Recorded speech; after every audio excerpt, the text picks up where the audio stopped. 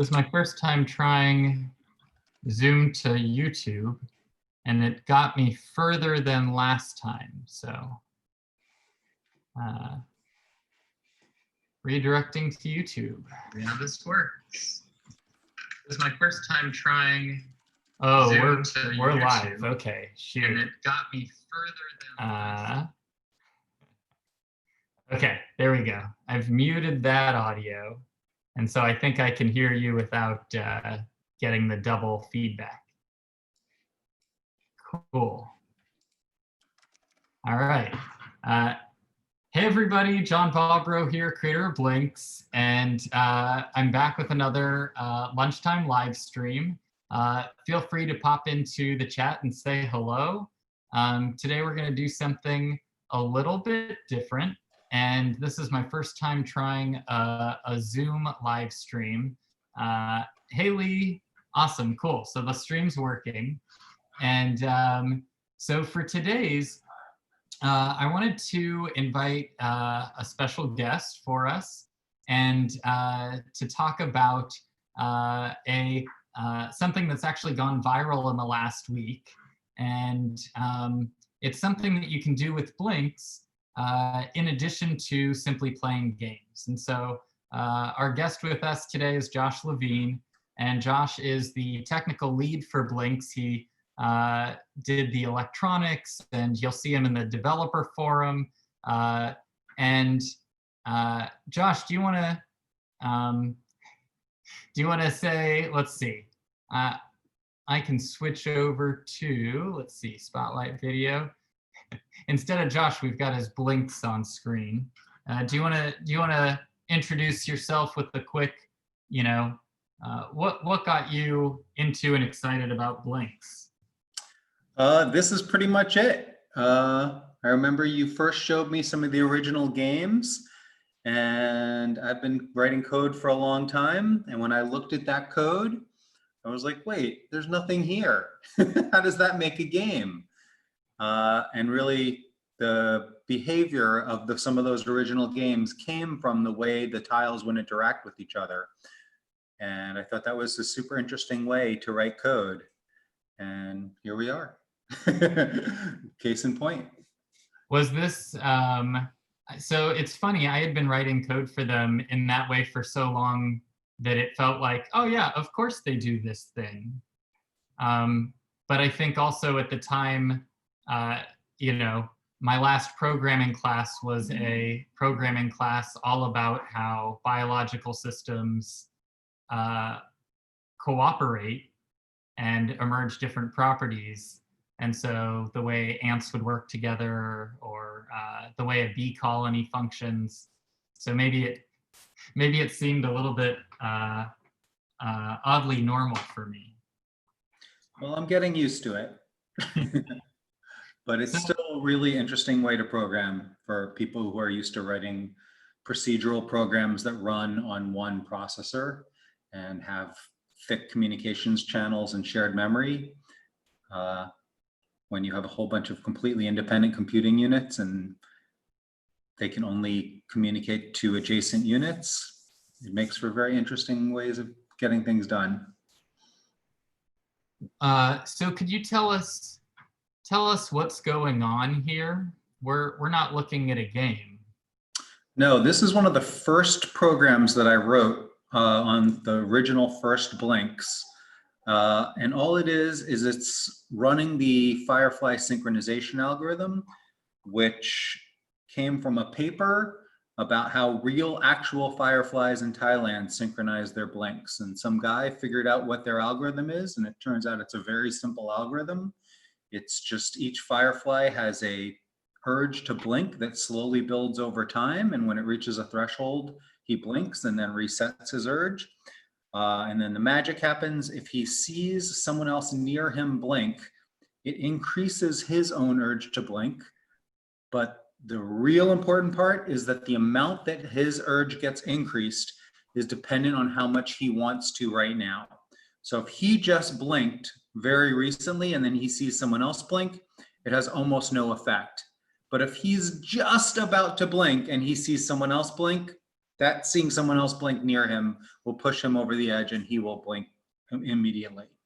So when you just take that very simple rule and you run it on a group of these objects, the net effect is that they synchronize. And some of the parameters you can tweak are, what the maximum amount of urge it takes, how much you increase your urge proportionally when you see someone else blink. By changing those, you can change how quickly these converge on a single blink pattern. But what's really cool is that it always converges, no matter what the starting condition is. So for example, I can take these guys apart so that they can't communicate with each other anymore, and get them a little bit out of phase. The current program just is set up so that when you push the button, it resets the urge immediately, making it possible to get them out of phase. So now hopefully you can see they are completely out of phase. And now we'll bring them all together and see what happens.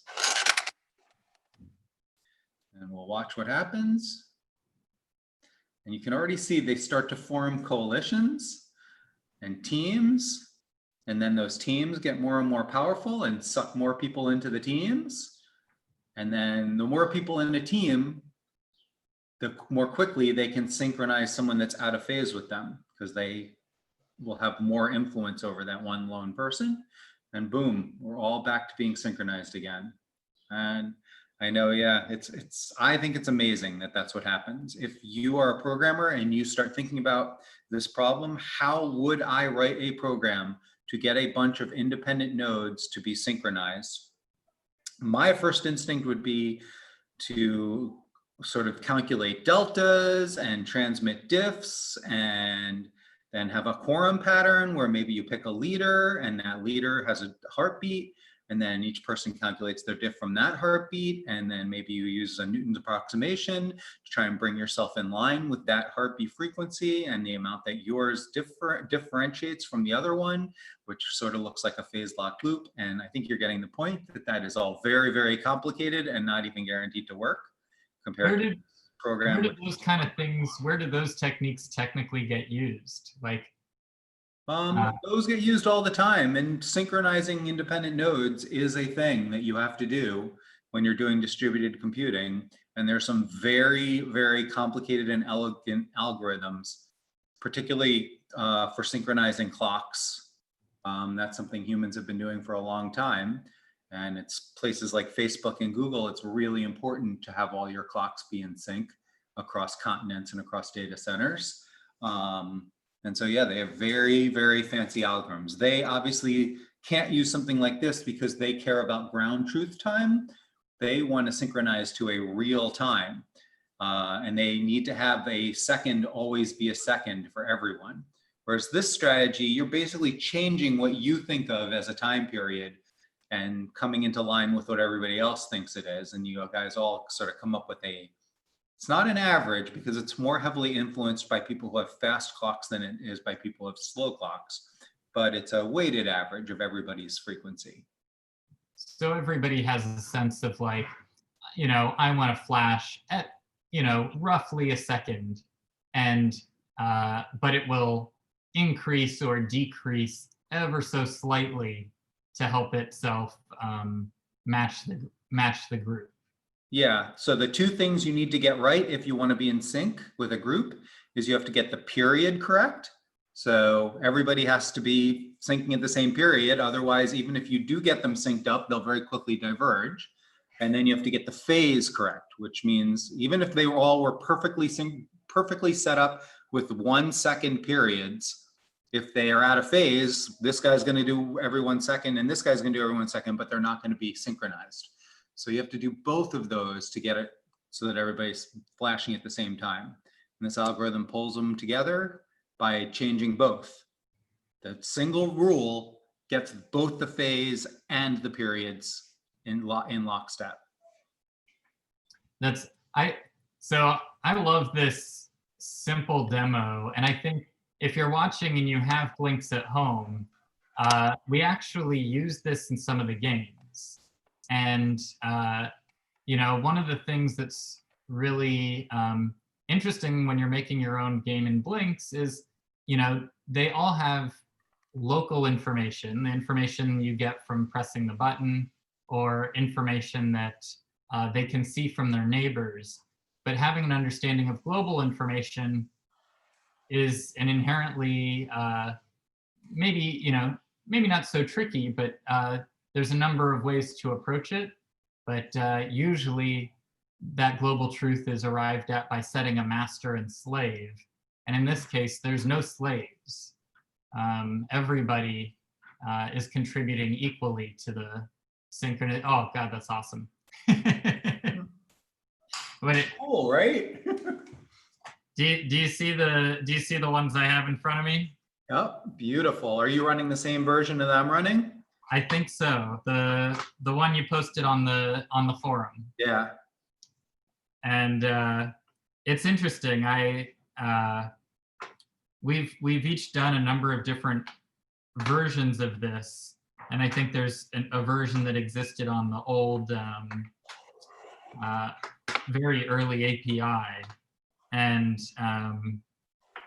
it's interesting. Even the small parameters, when you shift them, it can break this effect. Like it's, I'm trying to think of specifically the way they approach each other. If they approach too fast, does it? I'm trying to think. That's a good question. Like if they approach quicker, will they instantly sync? And if they approach too slow, or will it just change the amount of time it takes for them to sync? Well, in theory, you could set the gain to be 100%. The gain is how much you increase your urge to blink when you see someone else blink. So in theory, if you set your gain to 100%, then the first blink that blinks will then trigger everyone else to blink, and then everyone else will be lockstep with whoever has the shortest period, right? Because everybody's gradually building, and then one guy will go off and they'll all see it, and then they'll blink and start from scratch again, and your period will just be the shortest period of any blink in the group. And that it works in theory, except of course we live in the real world where there are propagation delays. And ultimately the speed of light, everybody has to obey the speed of light. You can't propagate faster than that. So if it turns out that this guy has the shortest period, you know, the minimum in space-time theory is that this guy can't blink until he sees this guy blink. And so the speed of light times this distance. In real world blinks with like computers and infrared LEDs and data protocols and bits and packets, it takes a lot longer than the speed of light to propagate this information. And that turns out to be the ultimate limiting factor. Because if you have any two that are off by less than the amount of the propagation delay, so imagine these two are the two fastest, but they are off by less than the amount of time it takes for the information to pass between them, then you are now in a situation where they will never converge. They'll just be fighting and pulling the group back and forth. So that's the important part. And on the most recent blinks, on that really old version of blinks, we didn't really have an API yet. So I wrote that program talking pretty much to the bare hardware. So the latency was very, very low, and you didn't have to think about this. It just worked because the latency was basically just how long it took to send that flash bit. But nowadays we're sending so much information all the time. You don't notice it, but these blinks are telling each other not to go to sleep, and telling each other when the last time a button was pushed, and telling each other whether they have a new program to download, and telling each other what the current state is of their neighbors and whether there is a neighbor on that face. So when you add all that stuff up, the latency on this is orders of magnitudes higher. So you do have to be more careful picking those parameters to make sure that you give enough time for the propagation to happen. Right. And so, yeah, it's not a knife's edge. It's not an unstable point, but you just can't pick 100%. 100% it won't work, and 0% it won't work. 10% is a nice, if you want them to converge rapidly, 10% is a good number just because it doesn't take too long that you get bored, but it's not so fast that you have problems with instability.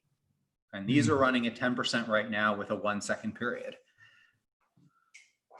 Cool. But you know what? Let's do an experiment. Let's change the period to 2 seconds and see what happens. So here is my Magic Dev Blink. I am going to download the new code with a 2 second period onto it right here. And so this is actually kind of a good time to tease this a little bit. Tell me about your Magic Dev Blink. So I am very impatient and lazy. I got tired of like using this thing, and every time I wanted to update the software, having to flip over a blink, take out the battery, program it up, take this off, put the battery back in, flip it back over again. That's just too much work for me. So instead, I made this special blink where it's just always connected to the computer. And so when I'm in Arduino, anytime I write new code, I can literally just push the download arrow and it just downloads the new code into this blink. And I also have a new version of the firmware where when you do that download, it triggers a send from the dev blink. So the dev cycle is very short. Let's load this up and then maybe I'll give you a demo of how that looks. But I mean, literally you don't have to touch your blinks. You push the button on the IDE in Arduino, and a few seconds later, all the blinks are running the new code. And I am a big fan of very fast dev cycles. I know there are people who love having their make files, running them from Emacs, and they feel like it's important to put a lot of friction in that process. I am not that guy. So let's download this new code into these blinks.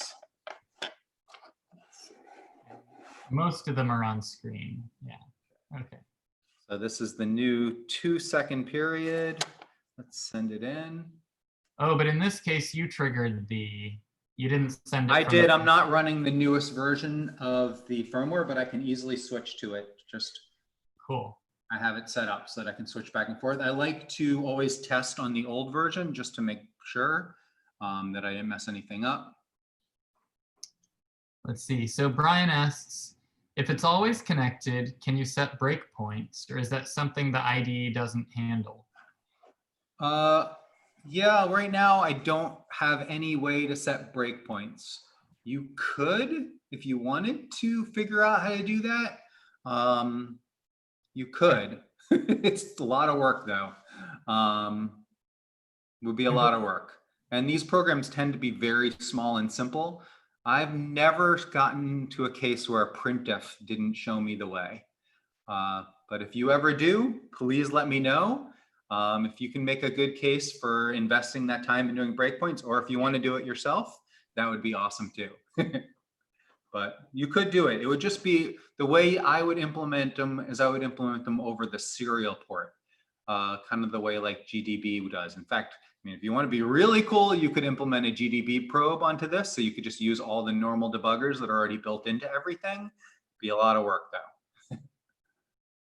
So here's the 2 second period. And so a really interesting little artifact here is that you can tell this guy is pulling everyone along. This guy has the shortest period.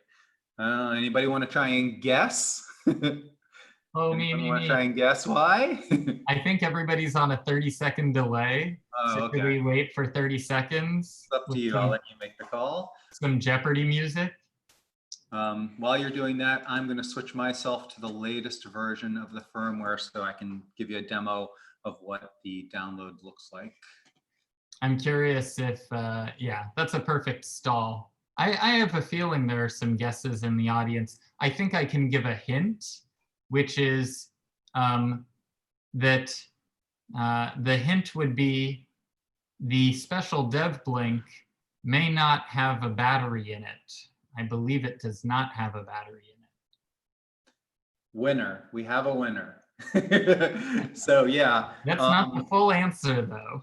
Yeah, so currently I have the dev blink being powered by the programming board, which generates 5 volts.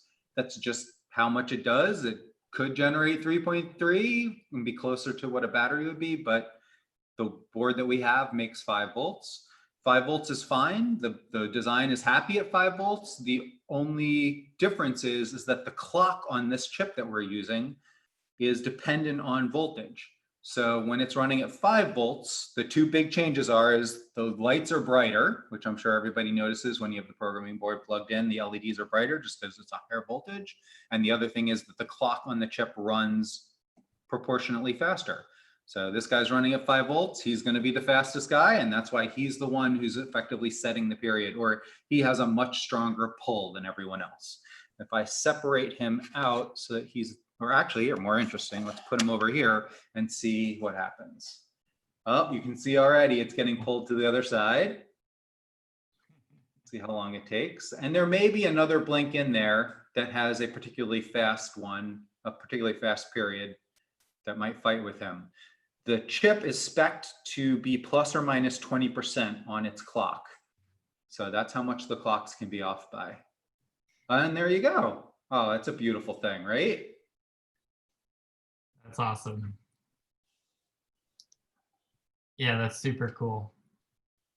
I'm not sure if I ever asked you this, but over time, as blinks get used over the course of 40 hours, they go from 3.3 volts down to 2.8 volts. Do we see, I've never noticed a meaningful change in the clocks during gameplay. So it's 20% maximum across the entire voltage range, which for this chip is 5.5 volts down to 1.8 volts. So you would expect the difference between 3.3 and 2.8 to be a small fraction of that 20%. So when you're doing it, I mean, you could test it yourself, right? Just use a voltmeter and find a strong, I think we did some of this testing back in the good old days where, just put in a new battery, use your stopwatch, time how long it takes for, 10 seconds in blink land to happen. I remember, I had to do all these tests a long time ago because it turns out that the maximum differential between the clocks is very important for the IR communication. That sets the maximum speed that you can transmit data on the IRs is the maximum clock differential. And that's because it's a serial data protocol, right? The only thing the IRs can see from each other is blinks. That's all they can tell each other. They can't tell each other anything else. So you have to be able to tell the difference between basically a long blink and a short blink. It's like Morse code. And so most of the clocks can be off as setting the maximum data speed, which is interesting. And these clocks are remarkably accurate considering that this chip costs like 80 cents and the clock is a tiny part of it, that they are so good. Yeah, no, I think these microchips, they were designed for, was it automobiles? If you want to know the history of this chip, that's for another Zoom. Yeah. I don't know if the original chip that implemented this design goal, which was to have a single chip that does everything, basically. It's a tiny computer on a chip, a very, very low powered computer with not a lot of instructions, not like a Pentium in a computer or an ARM in a phone. It only has like 32 instructions and only has 2K of RAM, as our developers out there know. They know well the limitations of this chip.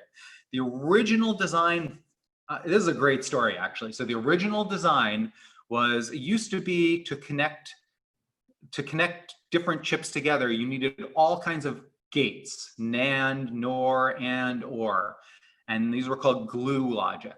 So any board you designed, like all the original computers, had like more than half the chips on the board was just this glue logic to get the things to talk to each other using these gates. And you would have a lot of these chips.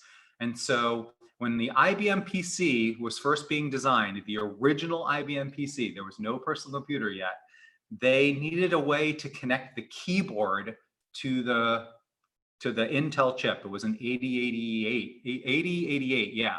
And they needed a lot of glue. And this company called Microchip designed a chip that basically was like, it was even low power compared to these, but it let you put a bunch of those ands and ors in basically a little program. And they weren't thinking of these programs as programs. They were just a way to like list, okay, take whatever's on this pin, and it with whatever's on this pin, then or it with whatever's on this pin, then NAND it with whatever's on this pin, and send it out this pin. So And they thought of themselves as plumbing. yes, it was purely a plumbing chip that did that, and it didn't even have normal things that you take for granted now, like looking up things in a table, which was really hard. There was no way to hard code numbers into it because it just wasn't meant for that. And so that was called a PIC. The name, and the PICs are still around. They're made by the same company that makes this chip that we use, microchip. And the PIC, the PIC and PIC stood for Peripheral Interface Controller. They didn't even think of it as a computer. They thought of it as like an interface controller because it interfaced the keyboard to the microprocessor. And I remember when that chip came out, I got my hands on some of the first ones.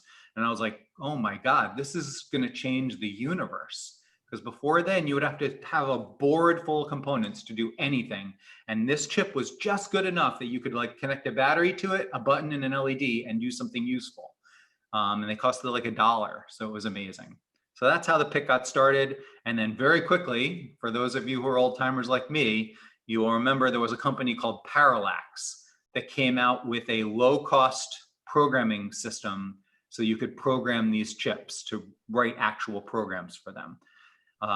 The original ones were so hard. You had to order them with the program already built in. And if you wanted to experiment, if you were, doing work at your, you weren't a giant company, you just wanted to like try something out, you got one shot. You could buy a special version of the chip where you could burn your code in it once. And that's it. If you made a mistake, if you had a bug in it, you had to throw the chip away and buy a new one. And so, yeah, Parallax made this whole system where you could program those chips. It was great. Fun times. And so here we are today with basically that PIC with so much more capability. And it can be written, I think our hard limit is like 200,000 times. That's the promise. But in real life, people have tried and you can do it millions of times. Wow. But yeah, the specs are always the worst case scenario. They under promise and over deliver with specs always, because if they ever fail to meet a spec, you can come back to them and be like, this is your problem, not my problem. So yeah, again, like the spec for this chip is it can run on up to 5.5 volts, but you can do more. It's supposed to run down to 1.8 volts, but you can do less. But if you stay in spec, you're guaranteed it'll work. All right, should we try doing a download demo? Yeah, let's see that download, and I'll say hello. We've got some new people who joined us: Adam, Jonas, and Mike. I see y'all in the forum or on the chat. I should also, while you're getting that set up, the forum's been incredibly active lately, and some of the community are posting games without even blinks in hand. Oh, cool. So you just did an upload and it automatically started. I did. I'm going to try and get my screen casted on here so you can watch just how fluid that is. It's a really good development experience. Anybody who's writing a lot of code on Blinks, I highly recommend this. And yeah, I can design a little board for people that'll make this very easy. Design a little, just like a little tiny adaptive board. The only tricky part is that I like to access the ISP from the top. That way I can use this blink and just leave it there and not have to flip it. So you have to flip all the pins because there's 2 rows of pins, and just the upside down version of 2 is not any rotation translation to the top version. It's a double flip, right? You understand what I'm saying, right, Jonathan?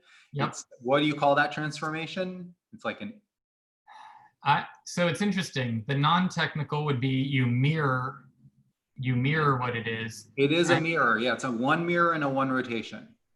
Yes, exactly. So, but there's no way to implement mirror with turning. Right. So you have to implement it by actually connecting all the pins in this row to all the pins in this row. It's just a And pain. it's different than a transpose. What's a transpose? When you take, somebody in the or in the comments, I bet, can comment on this, but a transpose is if I have a 2x3 matrix, I turn that 2x3 into a 3x2. I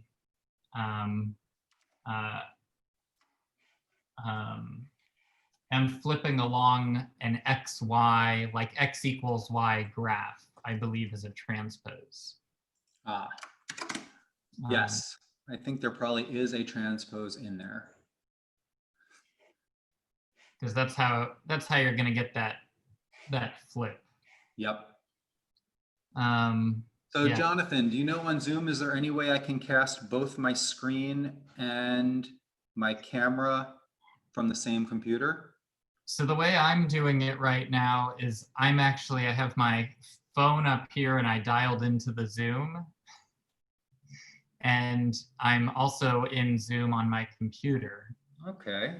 But you can switch your video source on your computer. I see. You don't want to lose what's happening on camera. You want the whole fun of it is watching what happens. So here, let me get this set up. I'm going to try and join with my phone, and then I can just show you what it's like to download code and have it automatically run.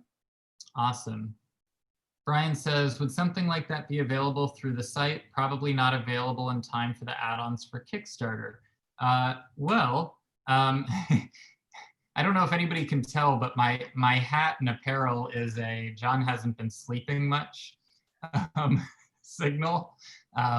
And one of the things that I've been up working on with our manufacturers is, and this will go out in the update, is a new developer tool. And so that new developer tool is, in fact, this precise mechanism. And so we're figuring out the exact way to do it just so that it's very smooth. And it's one of the main reasons why we've been holding on the developer kit release, is we want to make sure that we message this very clearly to everybody. So Brian, to your question, you should in the next week get a nice update pointing out that we've got a new type of developer tool. And for those of you with the older developer tools, Josh's modification works on all the old blinks. Oh, cool. Josh's modification works on any of the blinks. And I can also show how to do it with our old alpha and beta blinks from the first Kickstarter. Those ones allow for it too. Yeah, if you're comfortable soldering, then we can hook you up. It takes maybe 5 minutes to make one of these adapter boards. And there's a lot of ways to do it. You could do it by changing the cable. You can do it by making an adapter board. There's a lot of ways to do it. So if people are interested, we can come up with some how-tos on how to get that working. But it is kind of cool to just sit at your computer and hit download and then look over and all your blinks are running the new code. I think we'll have to call it the hands-free kit. Nice. I think it's one of our top requests from. The funny thing is Dan and I, like, we don't even notice anymore. It's just part of our workflow. So like our hands pop open the back of a blink, pop out the battery, and like reprogram it so instantaneously that we don't think about it. That said, I'm sure if we added up the amount of time that we spent pulling the battery, reprogramming for small changes, you know, I think that this is a welcome change for everybody. I definitely enjoy it. It's definitely increased my productivity and lowered my annoyance factor. And there's one thing that I want to point out here that I think is an interesting and not trivial design decision is, at the moment when you program a blink, you're publishing your game. So you can take that blink and walk anywhere with it and load it up on somebody else's. By modifying this blink, it becomes a quick to run development tool but then you still need a way to publish the game. And so the pogo pin that we use to publish the game is still the exact same way. And those tools are available through us in the developer kit, but also through SparkFun. We used standards for programming these, so whatever happens to these things will always be accessible and rewritable. And I actually just set one up to put in a time capsule for somebody who is 15 years away from opening that time capsule. I realized that 15 years from now, not only will the Blink just work because coin cell batteries aren't going anywhere, but the tools to program them will also exist, which is fun. All right, Josh, did you find a way to dial your phone in? I'm not going to be able to do that, unfortunately. Oh, I was stalling. But you can just, you can see and you can hear. So here's my development cycle. You ready? Hopefully the microphone. Oh, I know what I can do. This is it. Okay, I'm going to keep my hands on screen so that you can see that I'm nothing up my sleeves. Okay, so now I'm going to move the mouse so that it's over the upload button on the Arduino IDE. All right, are you ready? Here are my hands. Here, there's nobody in the room with me. I'm going to click on the upload button on the IDE. Okay, now it's uploading. Nothing in my hands. Pretty soon, that guy is going to go into seed mode.